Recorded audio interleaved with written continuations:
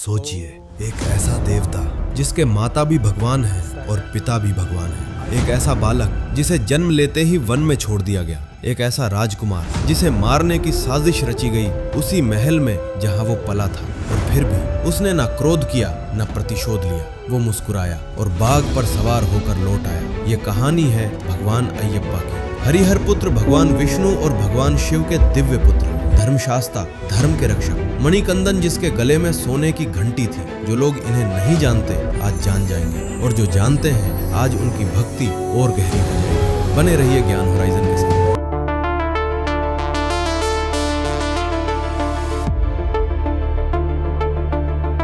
युग बीते धरती पर असुरों का अत्याचार बढ़ता गया। महिषासुर जो भैंसे का रूप धरता था, देवताओं को रोज प्रताड़ित करता था। देवों ने प्रार्थना की, शक्ति ने सुनी। माँ दुर्गा महाशक्ति के रूप में प्रकट हुई और नवरात्रि के अंतिम दिन एक भीषण युद्ध के बाद महिषासुर का वध हुआ। देवताओं ने जय जयकार की, तीनों लोकों में शांति छा गई। लेकिन महिषासुर की एक बहन थी, महिषी। महिषी ने जब सुना कि उसके भाई का वध हुआ, उसका क्रोध आकाश को चीर गया। उसने प्रतिज्ञा मैं बदला लूंगी, हर देव को, हर ऋषि को, हर इंसान को तड़पाऊंगी। लेकिन ताकत तो चाहिए थी। महिषी ने घोर तपस्या की, वर्षों तक पहाड़ों में बिना अन्न जल के। ब्रह्मदेव प्रसन्न हुए और प्रकट हुए।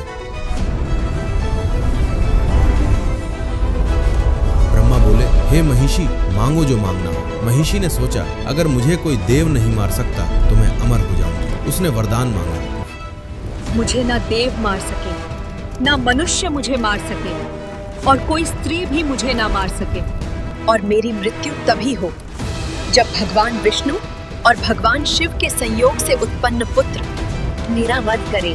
महिषी हंसी। उसे लगा ये असंभव है। विष्णु और शिव दोनों पुरुष हैं, उनसे पुत्र कैसे होगा? ब्रह्मदेव ने वरदान दे दिया।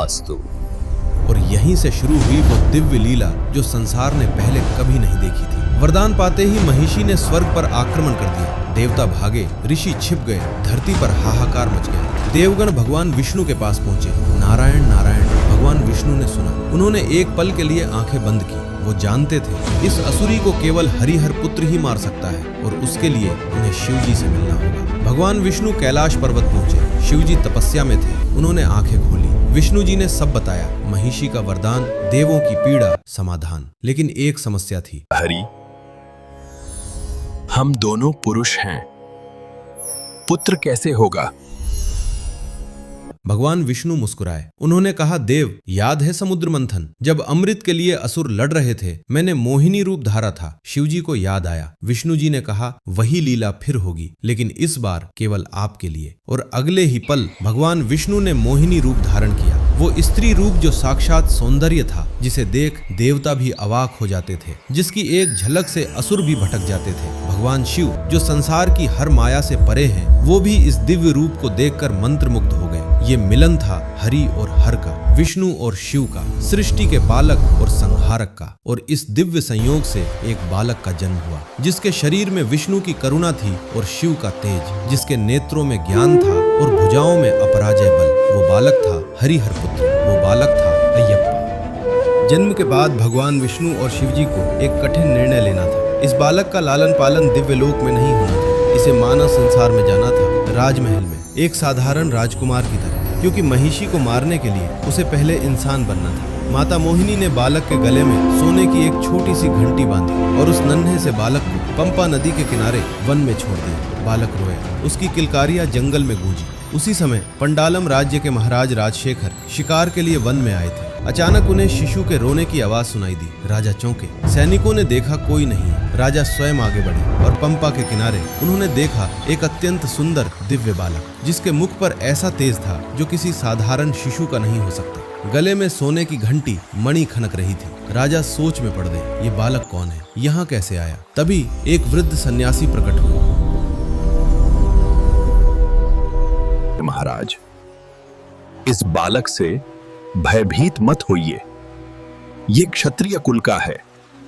इसे ग्रहण करो। इसका नाम रखो मणिकंदन। जब ये 12 वर्ष का होगा तब आप इसकी दिव्यता को स्वयं पहचान लेंगे। और इतना कहकर सन्यासी अदृश्य हो गए। राजा के मन में वात्सल्य उमड़ आया। उन्होंने बालक को गोद में उठाया और महल की ओर चल पड़े। मणिकंदन सोने की घंटी वाला अब पंडालम का राजकुमार था। मणिकंदन महल में आया और महल खिल उठा। राजा राजशेखर ने उसे अपने पुत्र की तरह पाला। रानी ने भी उसे गले लगाया। कुछ समय बाद ईश्वर की कृपा से राजा रानी को एक और पुत्र मिला, राजा राजन। लेकिन मणिकंदन सबसे अलग था। वो बचपन से ही अत्यंत कुशाग्र था। वेदों को उसने जल्दी कंठस्थ कर लिया। युद्ध कला में उसने गुरु को भी चकित कर दिया। उसकी शक्ति असाधारण थी। एक बार उसके गुरु ने गुरु दक्षिणा मांगी अपने अंधे गूंगे पुत्र के लिए, दृष्टि और वाणी। मणिकंदन ने अपना हाथ उस बालक पर रखा और उसी क्षण वो बालक देखने और बोलने लगा। गुरुजी समझ गए ये कोई साधारण राजकुमार नहीं है, ये तो साक्षात ईश्वर है। मणिकंदन 12 वर्ष का होने वाला था। राजा राजशेखर ने घोषणा की मणिकंदन को राजतिलक होगा। पूरे राज्य में उत्सव की तैयारी शुरू हुई। लेकिन दीवान,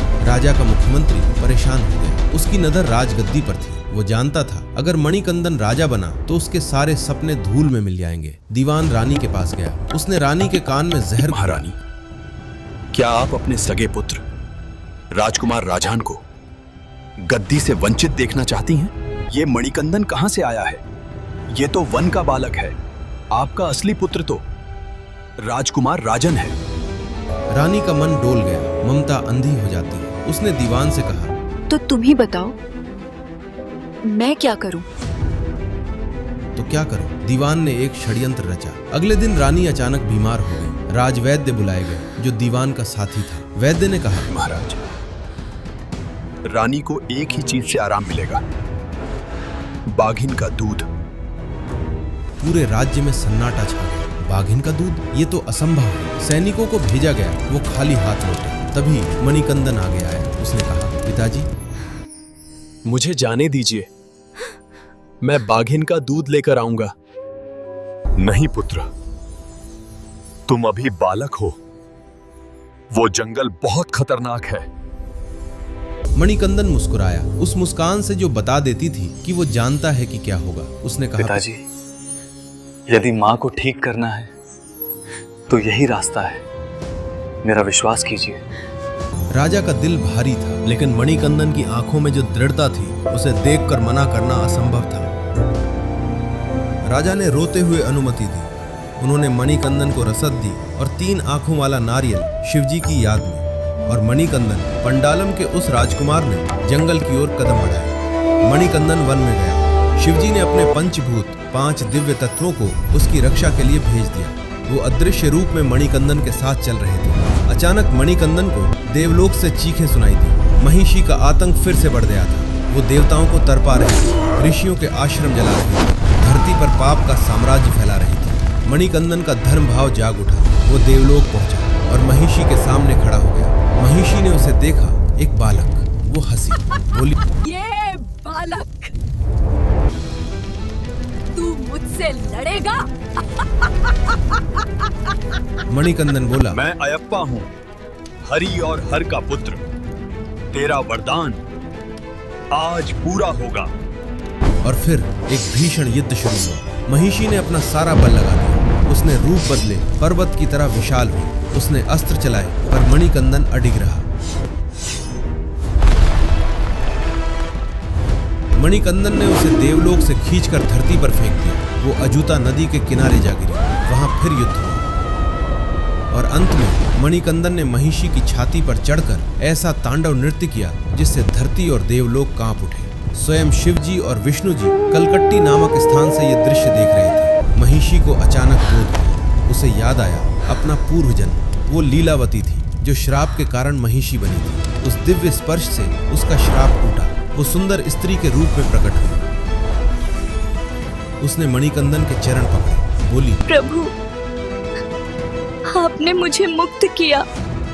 मैं आपसे विवाह करना चाहती हूँ। मणिकंदन ने कहा, देवी, मैं ब्रह्मचारी हूं, इस जन्म में विवाह नहीं कर सकता। लेकिन मेरा वचन है कि जब तक कोई नया कन्नी स्वामी यानी कि पहली बार सबरीमाला आने वाला भक्त आना बंद नहीं हो जाएगा। तुम मेरे मंदिर के बाहर मेरी प्रतीक्षा करना। और तब से महिषी मालिकापुरत अम्मा के रूप में सबरीमाला के पास विराजती है। महिषी वध के बाद मणिकंदन जंगल में गया। वहां शिवजी प्रकट हुए। उन्होंने कहा, पुत्र, तुमने अपना दिव्य कार्य पूरा किया। अब एक और कार्य बाकी है। तुम्हारे पिता राजशेखर तुम्हारे लिए व्याकुल हैं। राज्य लौटो और उनका मन शांत करो। देवराज इंद्र बाघ का रूप रखेंगे, उन पर सवार होकर जाओ। देवराज इंद्र ने बाघ का रूप लिया, देवांगनाओं ने बाघिन का रूप लिया।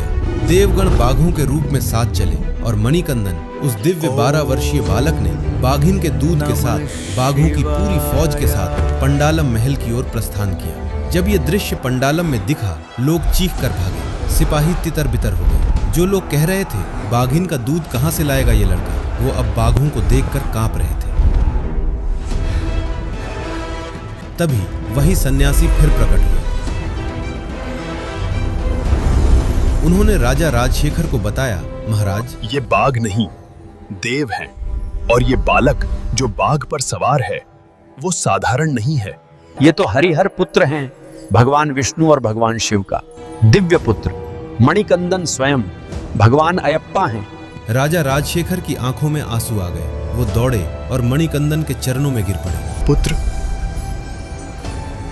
क्षमा करो, मैं नहीं जानता था। मणिकंदन ने उन्हें उठाया, उनके माथे पर हाथ रखा, बोले, पिताजी, ये सब ईश्वर की लीला थी, इसमें किसी का कोई दोष नहीं है। रानी माँ भी ठीक है। वो उसी समय ठीक हो गई थी जब मैंने वन में कदम रखा। पुत्र, तुम अब मेरी एक विनती स्वीकार करो, तुम राजा बनो। पिताश्री, मेरा राज्य ये सिंहासन नहीं, मेरा राज्य वो पहाड़ हैं, वो वन हैं, वो शरण है जो हर भक्त ढूंढता है। अयप्पा ने अपना धनुष उठाया और एक बाण चलाया उत्तर पश्चिम दिशा में। वो बाण जाकर गिरा पश्चिमी घाट की पहाड़ियों में, वहीं सबरीमाला पर। उन्होंने कहा, यहां मेरा मंदिर बनाओ। जो भक्त 41 दिन का व्रत और ब्रह्मचर्य और भक्ति के साथ मेरे पास आएगा, मैं उसे कभी खाली हाथ नहीं लौटाऊंगा। और ये कहते हुए अयप्पा देवलोक को लौट गए। राजा राजशेखर ने स्वयं देव शिल्पी विश्वकर्मा से मंदिर का निर्माण कराया। भगवान परशुराम विष्णु के अवतार ने अयप्पा की मूर्ति बनाई और मकर संक्रांति के दिन उस प्रतिमा की प्राण प्रतिष्ठा हुई। आज भी हर साल मकर संक्रांति की रात सबरीमाला के आकाश में एक दिव्य ज्योति प्रकट होती है, जिसे करोड़ों भक्त मकर विलक्कू कहते हैं और मानते हैं ये स्वयं अयप्पा का दर्शन है। दोस्तों, भगवान अयप्पा की ये कहानी सिर्फ एक पौराणिक गाथा नहीं है, ये एक संदेश है। जब साजिश होती है तो भी धर्म का पुत्र मुस्कुराता है, जब अंधेरा घना हो तो भी शिव और विष्णु की शक्ति जागती है, जब दुनिया कहे असंभव तो भी ईश्वर रास्ता निकालता है। और इसीलिए लाखों भक्त हर साल खुद को कठोर व्रत में डालकर पहाड़ चढ़ते हैं, नंगे पैर जंगल पार करते हैं, सिर पर इरुमुड़ी उठाते हैं जैसा मणिकंदन ने किया था, और 18 सीढ़ियां चढ़कर उस दरबार में पहुंचते हैं जहां हरिहर पुत्र अयप्पा विराजते हैं। स्वामीये शरणम अयप्पा, स्वामीये शरणम अयप्पा, स्वामीये शरणम अयप्पा। अगर ये कहानी आपके दिल को छू गई तो वीडियो को लाइक करें, ज्ञान होराइजन को सब्सक्राइब करें और ये वीडियो उन सभी भक्तों को शेयर करें जिन्हें अयप्पा की ये दिव्य कहानी जाननी चाहिए। जय श्री राम, हर हर महादेव।